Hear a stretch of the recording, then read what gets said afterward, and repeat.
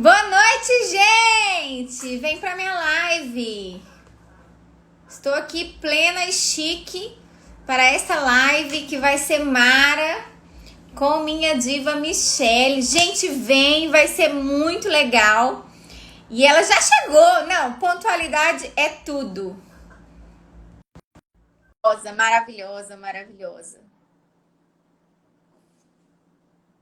Cadê diva Michelle? Está chegando. Oi! Oi! Tudo bem? Como é que Tudo você bem? tá? Maravilhosa. E você? Menina, não avisaram para as pessoas que só tinha nossa live hoje? Pois é, esse Não horário é avisaram! estratégico.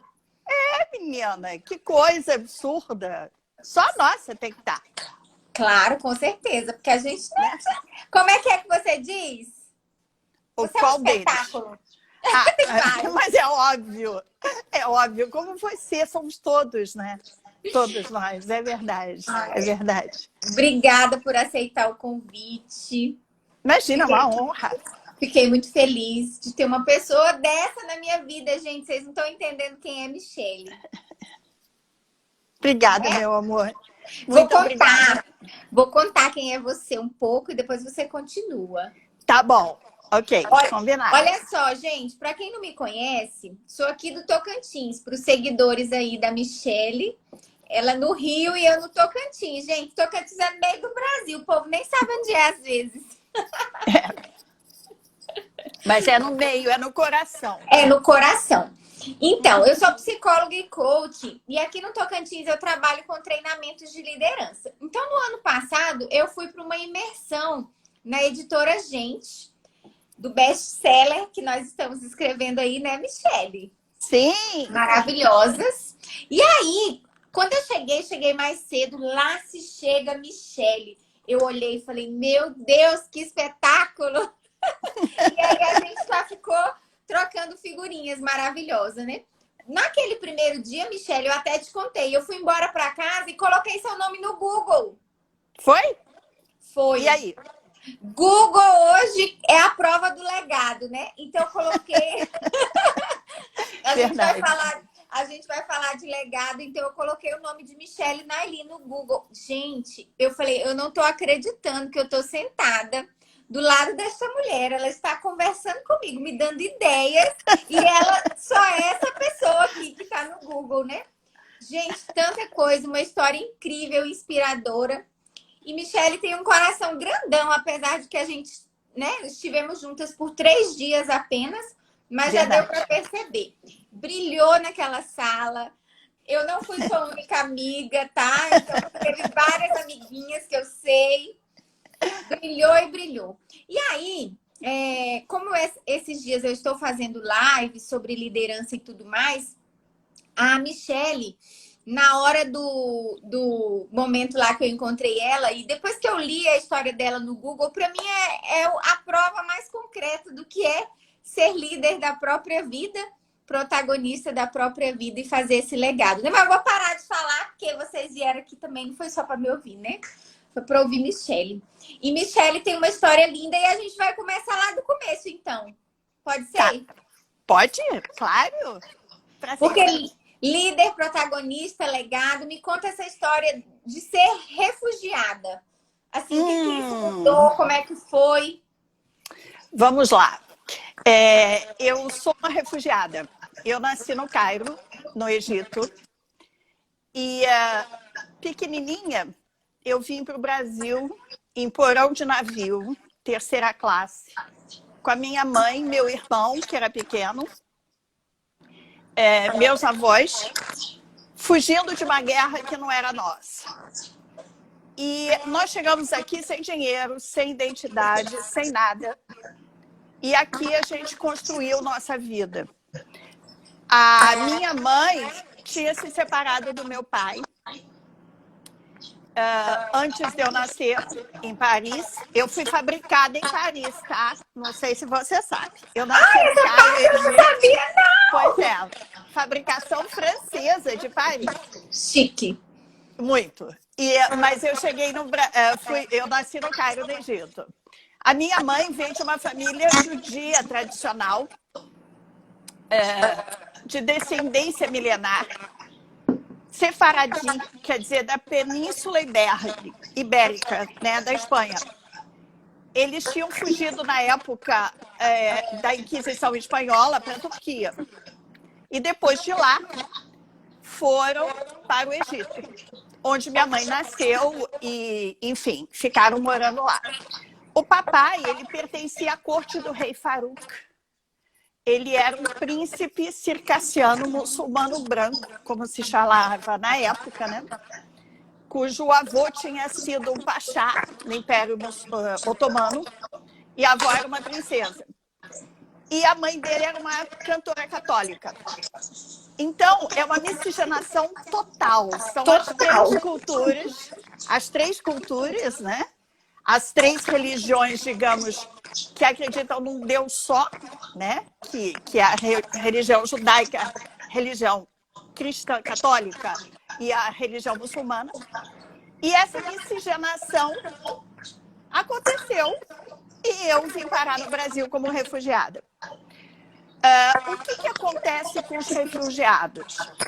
Para uma pessoa refugiada, estar num país que o acolheu é um momento de muita alegria e de muita felicidade. Então, o refugiado, se você reparar, eu não sei se você tem refugiado perto de você? Tem refugiados aí? Não. Porque em São Paulo tem, aqui no Rio, tem muitos refugiados que vêm da Síria, do Líbano, que fugiram de guerras, enfim. Pessoas que tiveram problemas estão morando no Brasil. Quando você olha esses refugiados, eles estão sempre sorrindo. Eles estão sempre felizes. Não importa se o cara é engenheiro, é cientista, é médico no país de origem dele. Ele chegou no Brasil, ele trabalha vendendo quibe, esfirra, fazendo outras coisas, feliz da vida, porque ele tem uma oportunidade de recomeçar. Então, o que eu gosto de deixar muito claro é que a palavra refugiado não significa um perdedor, pelo contrário, significa uma pessoa que se tornou protagonista da vida dele e dono do seu destino. E isso é uma das coisas mais importantes que tem na vida das pessoas. As pessoas têm que entender isso. Eu, aqui no Brasil, eu trabalhei como atriz durante muitos anos, que eu fui morar do lado da TV Tupi de São Paulo. E depois eu passei para trás das câmeras, onde eu fui responsável pela gestão geral de 6 Copas do Mundo e 4 Jogos Olímpicos, além de 17 temporadas de Fórmula 1 e muitos outros eventos, Rock in Rio, Carnaval, uma série de eventos. Sempre responsável pela parte de transmissão. Na TV Globo eu tive esse tipo de experiência, de vivência, que me permitiu visitar o mundo inteiro e conhecer como é que era a cabeça das outras pessoas com relação à vida, à televisão, a novidades tecnológicas, a mundo digital, a tudo. Então, toda essa experiência acabou fazendo com que, quando a Copa do Mundo veio para o Brasil, em 2007, eu disse, eu vou fazer essa Copa para poder fazer aqui no meu país aquilo que eu aprendi a fazer lá fora. E aí eu viajei o Brasil todo, tive a oportunidade de conhecer todas as partes do Brasil e entender todas as dificuldades que existem nesse nosso país continental. Porque a gente tem um país continental, nós moramos num país continental, que traz vários tipos de culturas. Agora, se você for observar bem, e isso você sabe, Ilona, o que modifica as pessoas não é o que acontece com elas, é o que elas fazem com o que acontece com elas. Amo essa frase. E é verdade. 10% é o que acontece com você. 90% é o que você faz com o que acontece com você. Essa que é a grande diferença das pessoas que não desistem. Das pessoas que são protagonistas, que tomam a sua vida e a sua história nas suas mãos. Você não quer, e não quer mesmo, ser uma pessoa que se torne uma pessoa triste, que desistiu. Você não. Por exemplo, agora, nesse momento, o que nós estamos fazendo no meio de uma pandemia? Todo mundo, de uma certa forma, está buscando se reinventar. Isso é ser protagonista. Nós estamos no meio de uma pandemia mundial, algo que nunca aconteceu. Nunca. Nunca na história do mundo houve algo que mexesse com o mundo inteiro ao mesmo tempo dessa forma. Todos nós, não importa se você tem dinheiro, se você é novo, se você é mais velho, não importa. Todo mundo está vivendo a mesma situação. Isso mostra a nossa fragilidade. Mas o que acontece com as pessoas que tratam de se reinventar? De encontrar soluções? Porque a verdade é essa. Hoje, nesse momento, qual é a forma de nos comunicarmos? Através do mundo digital. Fazendo isso que a gente está fazendo aqui agora. Então, é muito importante essa reinvenção, Luna. Muito importante, muito importante. E é por aí. O que mais você quer? Ai, amei. Mas me conta um pouco mais dessa experiência, porque eu fico encantada. Você me contou uns detalhes lá de como era liderar aquele mundo de gente numa Copa do Mundo e você sendo uma líder, mulher. Porque a gente sabe que não é fácil, as pessoas não aceitam de primeira, né? E todas as histórias que você me contou, você me mostrou assim que você arrasou, foi uma líder firme. Na realidade, quando você entra no mundo esportivo e no mundo de televisão, normalmente é um mundo essencialmente masculino, um mundo dessa parte de transmissão.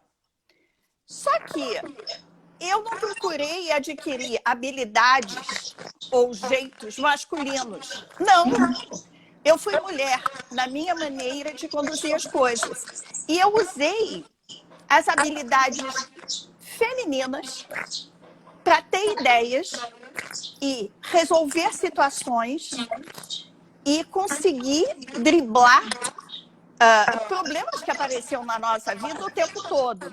Um deles, por exemplo, durante o Plano Collor, né? Durante o Plano Collor, que foi em 1990, eu estava fazendo a Copa do Mundo da Itália. E nós tínhamos planejado ir para lá com uma equipe de 136 pessoas. Nós tínhamos uma área de 600 metros quadrados, a TV Globo, onde tinha estúdio de 200 metros, enfim, uma série de facilidades de hotel, de carros e tudo. O que aconteceu? Quando, em março, no dia 17 de março, dia do meu aniversário, por sinal, eu estava embarcando para Madrid. Nós teríamos uma reunião em Sevilha. Começou o anúncio do Plano Collor. Nós não conseguimos ouvir tudo, entramos no avião. Estava eu da TV Globo, pessoas da Bandeirantes, do SBT, e era Bandeirantes, SBT e Manchete, TV Manchete. Nós estávamos indo para essa reunião. Mas a gente não entendeu o que tinha acontecido porque não deu tempo. Chegando em Madrid, imediatamente o Maluf, que estava pela Bandeirantes naquela ocasião, ligou para a secretária dele para saber, não conseguiu falar com ela. Chegamos em Sevilha, ele soube e ele foi falar com a gente. Daí que ele contou para a gente, e contou de uma forma muito engraçada. Ele chegou e disse assim: a minha secretária me explicou a situação do Plano Collor da seguinte forma: doutor Maluf, o senhor acha que eu sou pobre? Daí eu virei para ela e falei: não, que é isso, imagina. Não, que o senhor está igual a mim. Nós só temos 50 cruzeiros no banco. 50 mil cruzeiros no banco. Aí, todos nós ficamos assustados. Como assim? E soubemos que tinham sido bloqueados os bens, não apenas das pessoas físicas, como das pessoas jurídicas. Todo mundo tinha só aquele dinheiro no banco. Aí, imediatamente, viajei para Roma, depois que acabou a reunião. para avisar a RAI, a empresa, era a televisão, rádio e televisão italiana, que estava montando tudo, para avisar que a gente tinha que devolver tudo. A gente não tinha dinheiro para pagar. Aqueles 600 metros, a gente já tinha pago uma parte, mas a gente não podia pagar o restante e eu não podia ocupar aquilo ali. Aí explicamos, Bandeirantes, eu, SBT, todo mundo, explicamos o que tinha acontecido com o país e pedimos o nosso dinheiro de volta para a gente, pelo menos, com um pouco de dinheiro, fazer o evento. E foi o que acabou acontecendo. Nós fomos para a Itália com uma equipe de 35 pessoas só. Em Roma, ficamos numa área muito pequena, mas fomos extremamente criativos. Acabamos criando a redação, estúdio redação, porque não tinha nada. Tinha mesa, cadeira e isso aí. Então, os diretores tinham que fazer câmera, luz, enfim, uma série de situações. E eu me preocupava em alimentar todos, porque a gente não podia perder ninguém. Todo mundo tinha que comer muito bem. Então, liderar uma equipe no meio de um plano Collor para fazer uma transmissão de uma Copa do Mundo, sem que ninguém aqui no Brasil percebesse o que tinha acontecido, e ninguém percebeu. Ninguém percebeu que a gente, em vez de 136 pessoas, nós tínhamos só 35. Ninguém percebeu que nós estávamos todos dobrando de horário. Ninguém percebeu nada. Deu tudo certo no final. Então, o que eu acredito? O que acontece, a gente não consegue mudar aquilo que aconteceu. Mas a gente consegue ter um approach, uma visão completamente diferente de tudo aquilo, que foi exatamente o que eu acabei fazendo com relação a esse e milhões de outros eventos. Eu tenho um monte de história para contar. Ah, eu imagino. Sem dúvida. Em breve a gente vai contar histórias pessoalmente tomando vinho. Sim, sim. Mas você sabe que eu escrevi um livro, né? É isso que eu ia perguntar agora. Pois é. O que aconteceu? Com toda essa situação minha, o fato de ser refugiada, ser uma executiva do mercado de televisão e novas mídias, ter toda essa vivência, as pessoas me perguntavam muito, mas Michele, você tem que escrever um livro.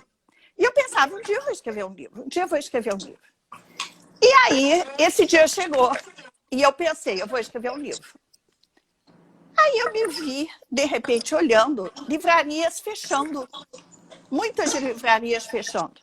O mercado editorial no Brasil quebrando, tendo baques incríveis, porque não estavam mais vendendo livros como antigamente. Daí eu pensei, não, de repente, o que eu tenho que fazer? Eu acho que eu tenho que fazer o que o mercado está pedindo. O que o mercado está pedindo? Vídeos. O Instagram, ele não tinha vídeos antigamente. O Instagram só tinha fotos. Ele se reinventou. Ele passou a ter vídeos, porque ele entendeu que a grande maioria das pessoas começa a querer ter vídeos para aprender. E também para ter várias opções. Então, o vídeo ele passou a ocupar um lugar muito importante para passar conhecimento.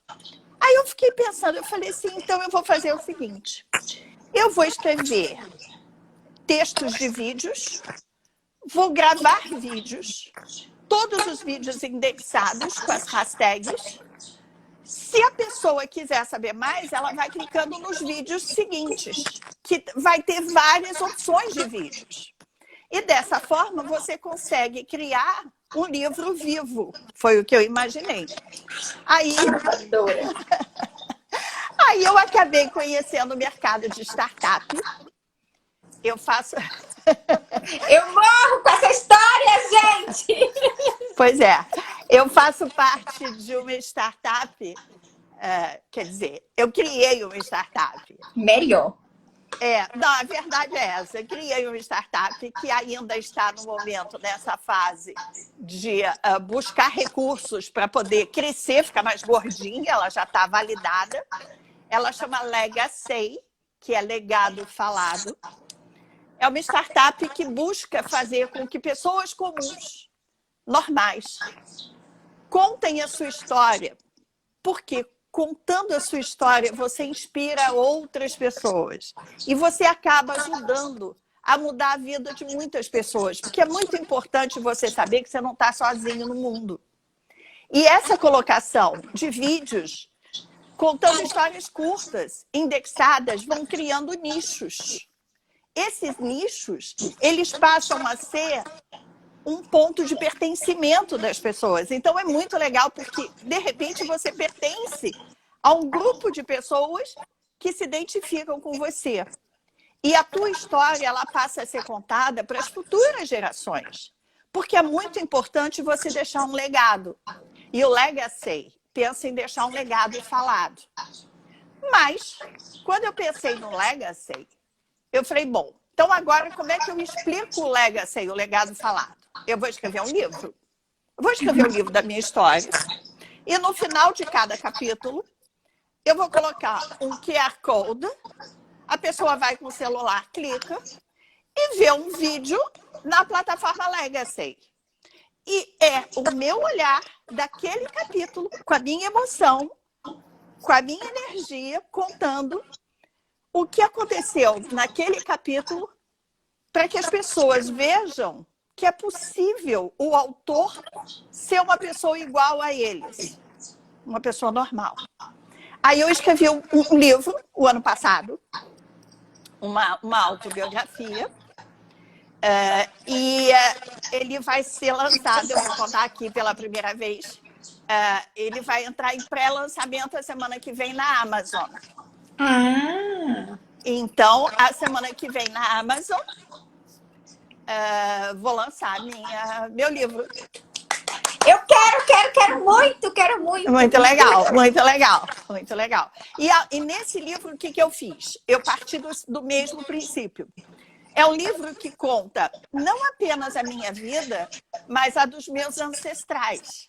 Não só das pessoas que fazem parte da minha família, mas do momento histórico. Então, na realidade, esse livro permite que você mergulhe dentro da história através da vida de pessoas comuns. Os meus ancestrais, os meus antepassados e a minha história. Porque, na realidade, todos nós temos uma história. E toda história conta, toda história importa. E é esse que é o ponto que eu acho que tem que fazer com que as pessoas se sintam, de fato, protagonistas das suas vidas e donos da sua história. Porque é uma coisa muito importante você entender a sua importância no mundo. Aquilo que você... Tem uma frase que eu coloquei hoje, falando dessa nossa conversa, que é: nós nascemos o dia que o mundo percebe que ele precisa de nós para continuar existindo. Nós já nascemos protagonistas. Nós já nascemos com um lugar e um papel muito importante, só pelo simples fato de estar aqui. A gente já é protagonista. Então, o que a gente tem que fazer? Ser dono de verdade da nossa história. Assumir esse papel. A gente não pode ter medo. Claro que acontece a gente ter medo. É óbvio, faz parte da vida. Mas a gente tem que entender que é só 10% que está acontecendo com a gente. 90% é a nossa atitude, é a nossa postura. E isso faz a maior diferença. Quando, por exemplo, você estava falando com relação às histórias... Ai, travou aqui, gente. Travou? Michele? Ai, meu Deus.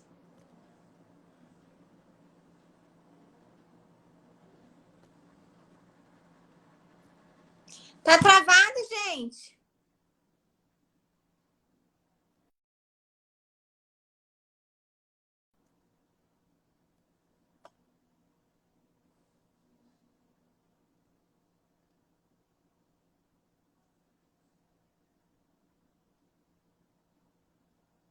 Tem. Peraí que ela tá voltando. Ai, Voltei. Michele, eu sei que talvez você não esteja acompanhando os comentários, mas assim, eu tinha certeza como ia ser incrível essa sua fala. E os comentários aqui, depois você tem que ver. Aí eu vou ver todos, claro. Você tem que ver. Estou emocionada. Obrigada.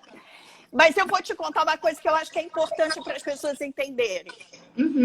Você me perguntou um negócio de ser mulher nessa profissão. Eu te falei, eu trabalhei como atriz. Eu comecei com 4 anos de idade como atriz na TV Tupi de São Paulo. Depois eu fiz teatro, fiz cinema, fiz novelas, tudo na TV Tupi de São Paulo.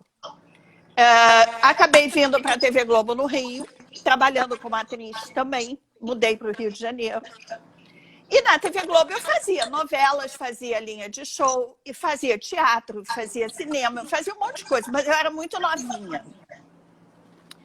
Um belo dia eu trabalhava por cachê, na época se chamava cachê, que é você ganhar por aquele trabalho especificamente, né?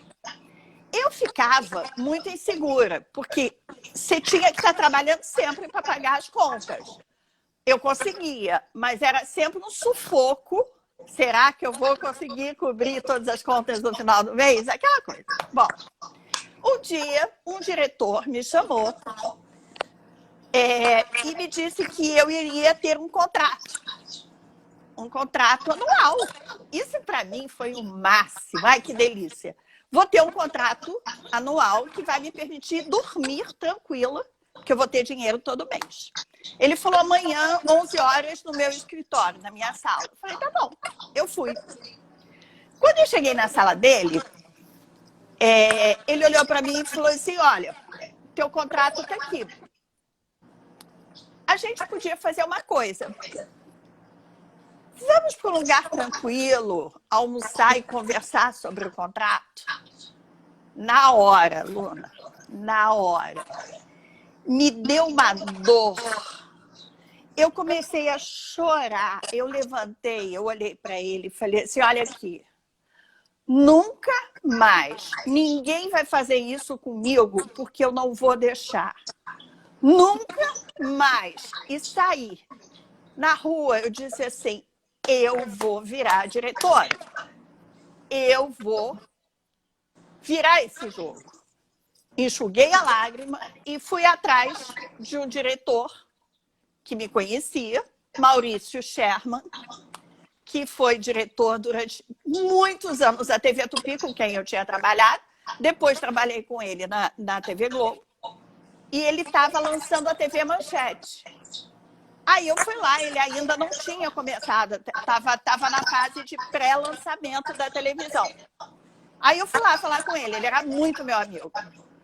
Aí eu cheguei para ele e falei assim, Maurice, eu chamava ele de Maurice. Maurice, seus problemas acabaram. Daí ele falou, por quê, Loura? Ele me chamava de Loura.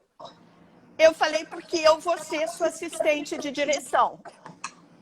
Aí ele olhou para mim e falou, sério? Eu falei, você. Ele falou assim, não. Eu falei, por que você está dizendo não? Ele falou, novinha, olhinho azul, loirinha, bonita. Quem vai te dar atenção? Quem vai te ouvir? Eu falei, seu machista. Machista, rindo, né? Morrendo de rir, porque a gente era amigo. Eu falei, claro que vão me dar atenção. Eu sou inteligente. Ele falou, não, eu sei. Você é muito inteligente, mas é difícil.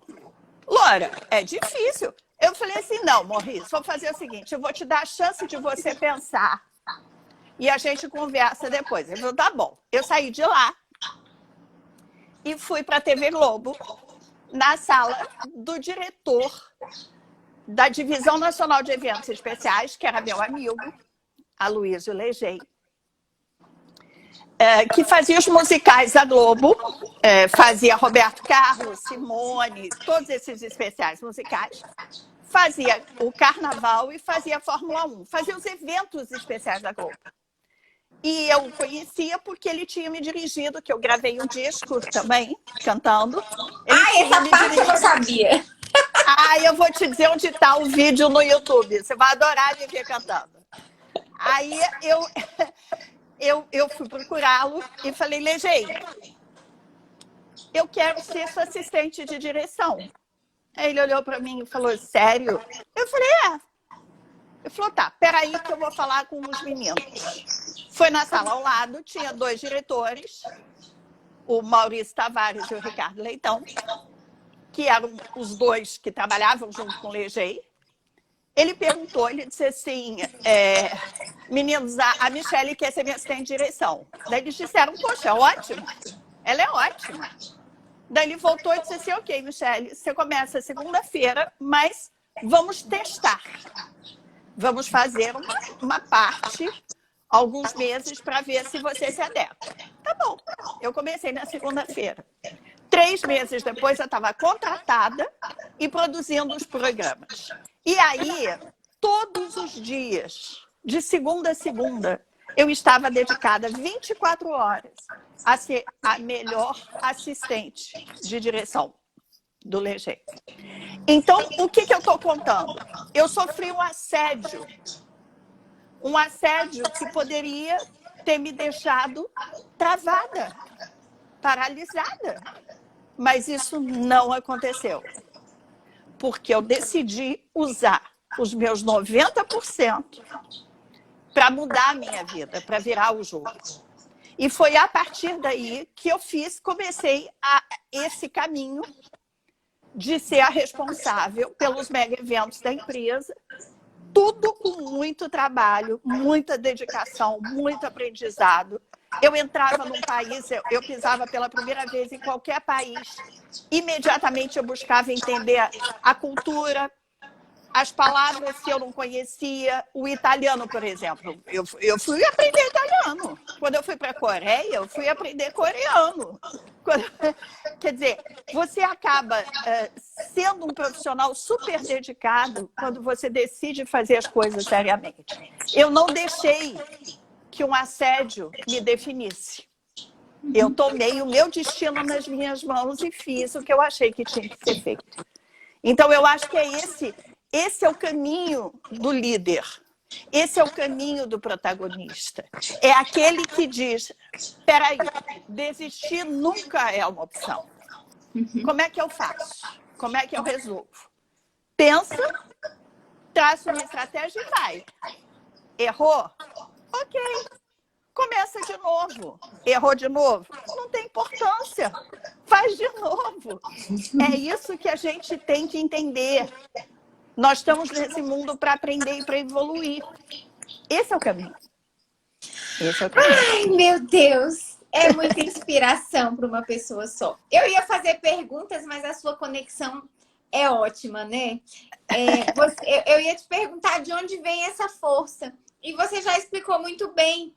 Não tem a opção de desistir, né? E isso, nos poucos dias que eu conheci a Michele, eu pude perceber. Não tem essa opção de desistir. Errou aqui, vou lá, tento, acerto, erro. E tô aí, sempre tentando fazer o melhor, né? O melhor. Exatamente. E assim, você brincava muito com as coisas lá e que as pessoas falavam, você falava, é porque eu sou um espetáculo. Mas de verdade, é um espetáculo, Michele.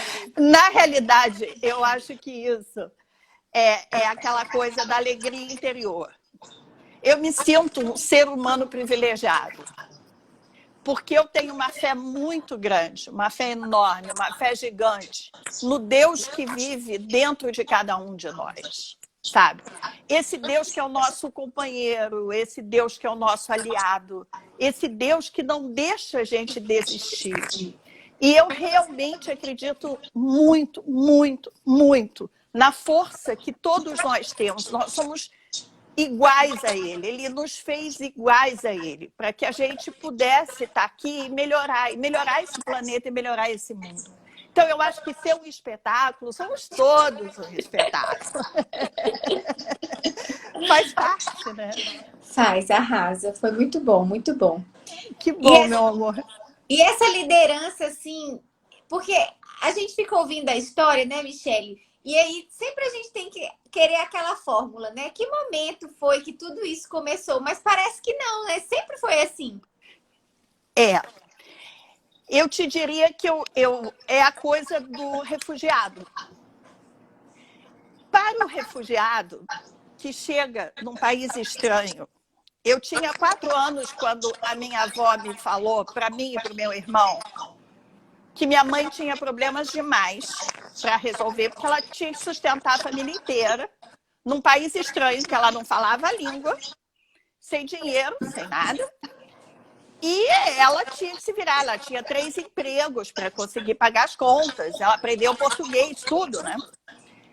E a minha avó nos disse, resolvam os problemas de vocês, não tragam problemas para sua mãe. Eu tinha 4 anos. E eu peguei aquilo como uma certeza. Eu não fiquei triste, isso não foi ruim, isso não foi pesado, não foi nada. Foi uma determinação. Ó, você tem que resolver os problemas. Tá bom, então vou resolver problemas. O que aconteceu?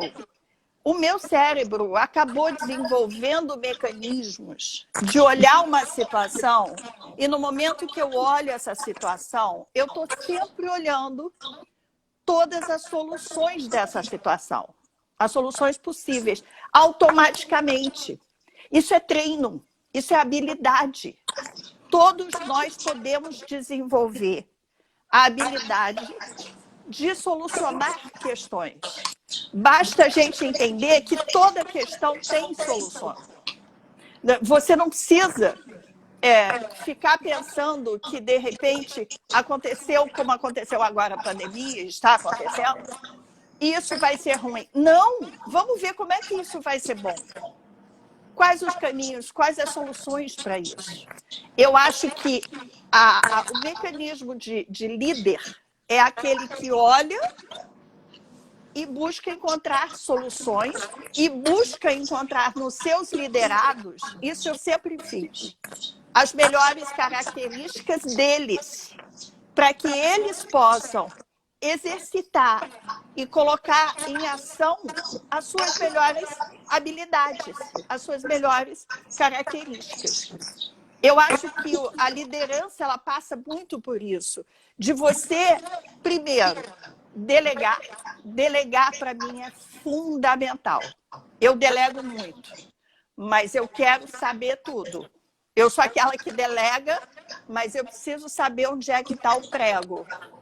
Por quê? Se der um problema, eu preciso saber onde é que está o prego. Eu não vou te cobrar, mas eu preciso saber onde ele está. Então, por exemplo, durante os Jogos Olímpicos, nós tivemos muita ameaça de bomba. Eu era responsável por toda a parte de televisão, novas mídias e imprensa, que era o complexo de mídia. Eram 176 mil metros aqui no Parque Olímpico, aonde ficavam todas as televisões do mundo, toda a imprensa do mundo e todo o comando dos jogos, inclusive exército, inteligência, todas as partes de esquadrão antibomba, o prefeito, era tudo comandado por mim. Então, eu precisava ter o controle de todas as pessoas que passavam por ali, que era por dia uma média de 10 mil a 15 mil pessoas. Era só uma área de trabalho interno, mas nós éramos de 10 a 15 mil pessoas por dia. E nós tivemos ameaças de bomba. Algumas. No momento que a bomba era detectada, existia a possibilidade daquela mochila largada ali ser uma bomba. Imediatamente a segurança me acionava, eu mandava acionar o esquadrão antibomba, a inteligência, ia para o local onde estava a bomba, para tomar a decisão se evacuava o prédio, que tipo de atitude tinha que ser tomada, se a gente precisava chamar mais algum tipo de coisa. Todas essas coisas fazem o quê? Você tem que ter uma calma absurda. E é o que eu tinha. É porque eu olhava aquele robozinho que ia lá para catar a bomba, que estava do meu lado. Se por qualquer motivo aquela bomba estourasse, eu estava na frente.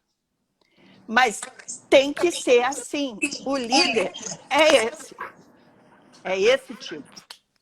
Ai, Michele, você é uma inspiração, meu Deus do céu. E assim, foi muito bom que você tocou num ponto que todas essas habilidades que você está colocando aí, tem aqui, ó, seguidores dizendo, comprovando o que você falou, que elas são treináveis, né? Que Todas. você precisa ter essa vontade de fazer diferente, né? E o nosso tema aqui é legado, né? Então, se você não está fazendo nada, você não vai deixar nada. Mas, na verdade, eu acho que o termo legado, às vezes as pessoas usam para alguma coisa que vai ser deixado para depois que a gente não estiver. E não, você está fazendo a sua vida valer a pena agora, enquanto você está aqui, né? As pessoas pensam legado, vou deixar um livro, um filho. Não, enquanto a vida passa. Quantos legados tem aqui seus nessa live, né? Legados, pessoas que você desenvolveu, mudou a vida, inspirou. E muitos líderes não entendem isso e eu fico lá martelando na cabeça deles, porque às vezes a gente aprende com 4 anos aí, através de uma fala que alguém disse, a gente vem com essa vontade de fazer, de acontecer. Mas outros não, outros precisam sofrer, precisam ouvir alguém falando para poder fazer. Então, assim, é muito legal ver alguém com a sua história que está construindo o seu legado e esse legado você está vendo ele acontecer, não é uma coisa para depois. E é muito legal ver isso e ver como a gente pode também, né? Se a Michelle pode, o recado que ela me dá e você usa a frase maravilhosa que é do Sartre, né? Não é o que fizeram comigo, é o que eu faço com o que fizeram de mim. Eu posso muito bem me transformar em qualquer coisa que eu quiser. Claro. E as pessoas, elas não entendem esse poder, né, Michelle? Você brinca tal do espetáculo, mas você é um espetáculo, sim. Como todo mundo. Como todo mundo, como você diz, né? Então, assim, aquelas histórias que você contou aqui, a história do assédio, a história de alguém dizer que mulher não pode, nada disso fez você falar, não, então tá, já que não pode, vou para casa? Não. Você falou, eu vou ser a melhor diretora na rua chorando. A dor estava ali, o medo estava ali, mas isso não te deixou abalar. E é isso que muitas vezes eu fico tentando falar para os líderes, né? Como a gente tem essa força inabalável? Porque é uma força inabalável, Michelle. Tudo bem que a gente não se conhece muito bem, muito próxima, mas eu sei que você não fica triste, você não se abate facilmente. Não. Você contou histórias quando você quebrou, quando você trouxe a TV digital para o Brasil, mas foi tão inovadora que trouxe antes da hora. Então, assim, nada disso faz com que você desista do que você vai fazer pela frente. Porque o que você faz é muito maior do que o que não deu certo. Mas muita gente escolhe focar no que não deu certo, né? Você fala que é um perfil de refugiada, mas eu não sei, né? A gente ia ter que viver outra vida com Michelle no próprio país para, de repente, saber que não é, talvez, porque você é refugiada. É uma força sua, né? Eu acho que essa força, ela é treinável e é adquirível, sim.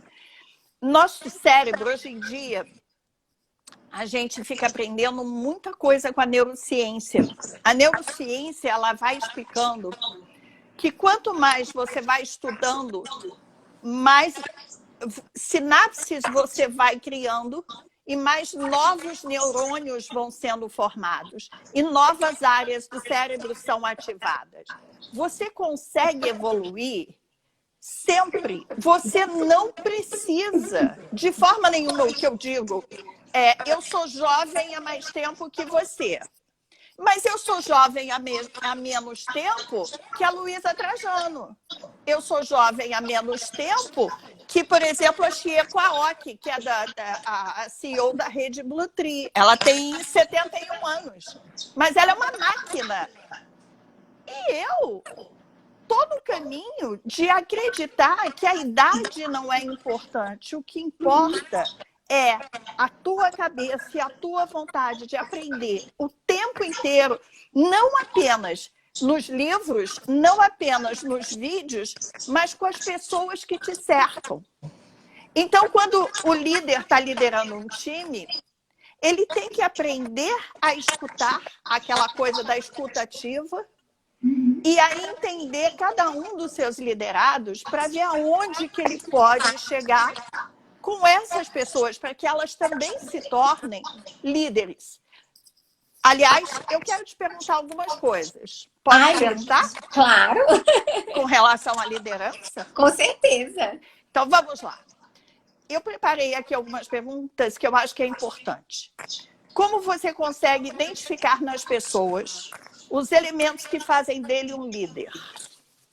Nossa, gostei. Muitas pessoas, assim, eu acredito que todas as pessoas podem ser líderes, como a gente está falando aqui. Mas é claro que a gente identifica pessoas assim, com essa garra de fazer diferente, de fazer a diferença, de melhorar uma coisa que está indo bem, mas ele quer que seja excelente. Então, essas pessoas, elas acabam se destacando nas empresas, né? Então, não são todas. Eu diria que às vezes elas não chegam a 10%, Michele, que chegam assim e falam, eu quero fazer muito mais do que eu estou fazendo. E não é pela empresa, é por si mesmo. Então, assim, à medida que você faz uma coisa que cresce o seu departamento, cresce a empresa, mas você mesmo cresce com isso. Então, tem muitas pessoas que vêm com essa vontade de fazer além. Mas eu acredito que qualquer pessoa, independente dela ser tímida e não ter nenhum tipo desse perfil aí, ela pode sim se tornar líder a partir do momento que ela decidir. E aí, cada perfil precisa aprender alguma coisa. Nós, por exemplo, precisamos aprender a parar.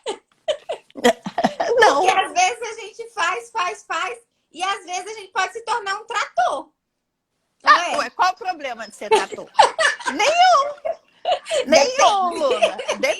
Depende. Mas normalmente é isso. Então, a gente precisa ser parada, mas tem aqueles que precisam ser empurrados, porque eles têm receio demais. A gente tem medo, mas só quem tem coragem é quem teve medo. Só que muitas pessoas deixam medo virar terror e aí impedem de que elas façam essas coisas com a vida.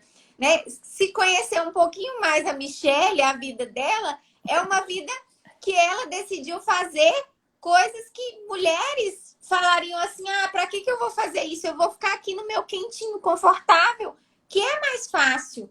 É mais fácil do que mudar, não é verdade? Mas isso são características que as pessoas, às vezes, elas preferem não mudar. Então... Mas só que, por exemplo, quando você vê os diferentes perfis de liderança, você consegue identificar que tem líderes que têm características de um tipo e líderes que têm características de outro. Você consegue entender e identificar se é melhor ajudar esse líder a adquirir outras habilidades ou não? Sim. Primeiro de tudo, passa pela força de vontade. Porque o que eu vejo, às vezes, a pessoa ela é promovida porque ela fez um trabalho muito bem sozinha. E ela é promovida como líder, mas não é bem aquilo que ela queria. Ela queria fazer sozinha, fazer quietinha no canto dela. E aí a gente vê, às vezes, que a pessoa não quer muito se comprometer. Porque não é fácil. Imagina você liderando 130 pessoas. São 130 vidas que você precisa ajudar, amparar, desenvolver, fazer com que performem melhor. Então, não é fácil. Então, às vezes, ela fazia muito bem sozinha, mas ela não quer se comprometer com todas essas pessoas, porque ela vai precisar bater, ela vai precisar abraçar, e nem todo mundo quer fazer isso, né? É verdade. E me diz uma coisa, você agora, nesse momento, você está conseguindo identificar como age um líder durante a pandemia, por exemplo? Justamente, eu até dei um nome para alguns, chamam Cavaleiros do Apocalipse, Michele. Perfeito. É guerra, tem os líderes Cavaleiros do Apocalipse. Eles ficam lendo coisas absurdas aí na internet, ficam vendo jornal horroroso, e aí eles vêm com um cenário assim que, se você é liderado dele, é melhor morrer. Porque o que ele está prevendo para o futuro... É triste. É triste. Ao invés de... Esse momento é o momento do líder fazer a gestão de crise.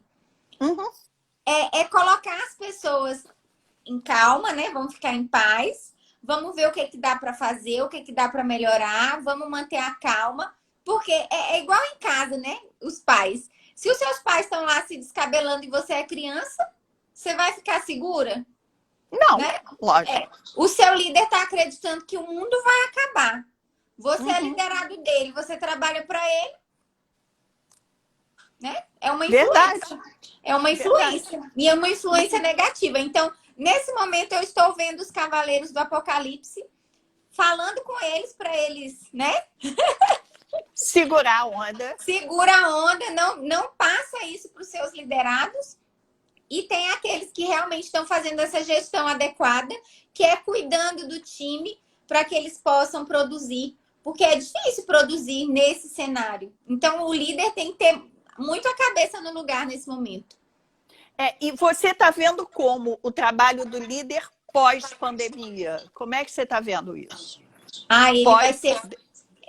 Ele vai ser fundamental para os negócios. Sabe por quê? Também acho. Porque a gente vai precisar fazer mais com menos. E é menos tudo. Talvez menos espaço, menos dinheiro, menos pessoas. Então, assim, ele vai ter que... né? Eu fazia com 30 e agora eu vou ter que fazer com 15, mas eu preciso fazer o dobro do que eu fazia antes. Então, Sim. assim, vai ser bem desafiador os próximos meses para os líderes e eles precisam começar a se preparar ontem. Se eles começarem hoje, eles já estão atrasados. Sem dúvida, sem dúvida. E como é que você está vendo, por exemplo, em Palmas, aqui no Rio e em São Paulo, muitas empresas estão começando a fechar escritório, mas fechar mesmo. Não é mandando embora as pessoas, fechando o espaço físico. Porque estão considerando a experiência do home office como uma excelente forma de fazer com que as pessoas tenham qualidade de vida e, ao mesmo tempo, o custo fica muito menor para a empresa. Como é que está sendo para você lá? Aí. Então, as empresas aqui, a gente já começou a conversar sobre alguns casos. Eu tenho visto, por exemplo, pessoas que explodiram no home office. Assim, meu Deus, é muita produtividade. Eu acho que essas pessoas não precisam voltar nunca mais à empresa, na minha opinião. Mas tem aqueles que realmente não funcionam sem supervisão. Eles não funcionam, eles não estão dando certo em casa, não estão produzindo. Assim, está sendo estressante até para eles mesmos, porque eles não conseguem organizar a rotina, resolvem dormir um pouco mais, fazer em outro horário. E em casa é muito perigoso, né? Porque a gente não tem essa divisão.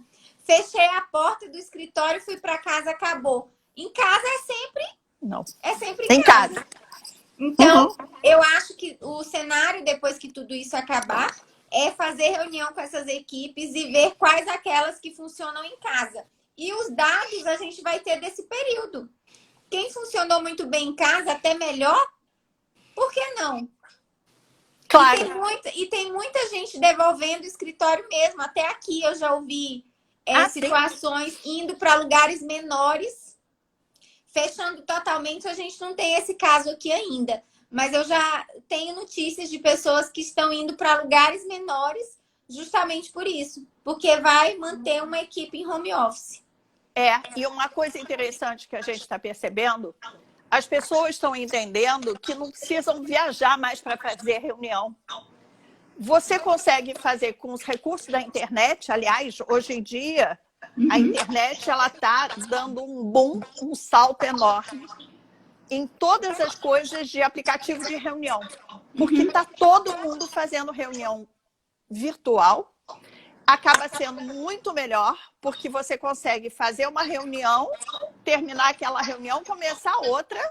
E você faz uma na França, a outra na Inglaterra, sem precisar sair do lugar. Você acaba conseguindo, otimizando o teu tempo muito melhor. Eu estou achando, sinceramente, que essa mudança vai fazer bem para todo mundo, de verdade. De verdade. No final... Só que nesse momento tem que ficar em casa. Nesse momento todo mundo tem que se cuidar muito. E pensar o que vai fazer depois. Né? Eu acho isso super importante. Sem dúvida. Justamente. É o momento do líder, assim, ele ser né, falam que o líder é o cabeça e tudo mais, ele tem que ser a cabeça nesse momento, a cabeça fresca, a cabeça em paz, a cabeça que pensa, porque realmente tem muita gente aqui no meu direct, eu tenho recebido muitas pessoas procurando ajuda psicológica mesmo. Eu tenho que encaminhar, porque eu não faço isso. Porque, assim, deu uma surtada legal nas pessoas por conta desse momento que nunca ninguém viveu. Alguns lidaram ok e tal. Tem gente até agindo como se fosse férias. Mas muita gente surtou, Michele, né? Verdade, Então, assim, não verdade. é uma coisa que a gente estava preparado. Se você perguntar para qualquer pessoa, como você mesma disse aqui, nunca na vida a gente passou por isso. Claro, claro, Porque claro. na história, né? Uhum, claro. E o mais importante de tudo, a gente entender, por exemplo, do que a gente está passando, e isso é importante. As pessoas podem, eu vou depois passar para você o site Legacy da minha startup, porque você pode gravar vídeos contando o que está acontecendo com você durante a pandemia do coronavírus. Por quê? Porque são histórias que serão importantes serem contadas para ficar como arquivo vivo de uma situação inédita no mundo. E o Legacy, ele se propõe a isso, a exatamente criar nichos e pontos de histórias que nunca mais vão poder ser vistas se não tiver a voz daquela pessoa contando. São pessoas comuns. Histórias de pessoas que estão perdendo tudo e histórias de pessoas que estão se reinventando totalmente. Criando máscaras, negócio de máscara, ajudando com quentinhas, quem está trabalhando no hospital. Enfim, você tem histórias de vidas incríveis que precisam ser contadas. Verdade. Legal. Aí, legado falado, exatamente isso. Legado falado. Muito né? bom, muito bom. Nosso tempo vai acabar em 2 minutos, o Instagram vai avisar já já. Michele, eu só quero dizer que, assim, tem nem palavras do tanto que foi incrível. E você ter aceitado esse convite, de você ser essa pessoa incrível que conta pra gente essa história de que não para, não desiste e continua aí produzindo ativamente e ajudando o mundo a se tornar um lugar melhor. Eu tenho certeza que as pessoas que passaram por aqui nessa live vão levar um pouquinho dessa sua história, dessa sua mensagem. Eu quero que você me avise do livro que eu quero divulgar aqui para os seguidores. Manda me seguir no meu perfil. Gente, me segue no perfil Michele Nairi. Eu vou avisar do lançamento do livro. Eu vou colocar o link do Legacy para que todo mundo possa entrar e postar suas histórias. E eu gostaria demais de encontrar você daqui a pouquinho de novo para saber como é que está sendo a situação pós-pandemia. Ai, vamos marcar, combinadíssimo.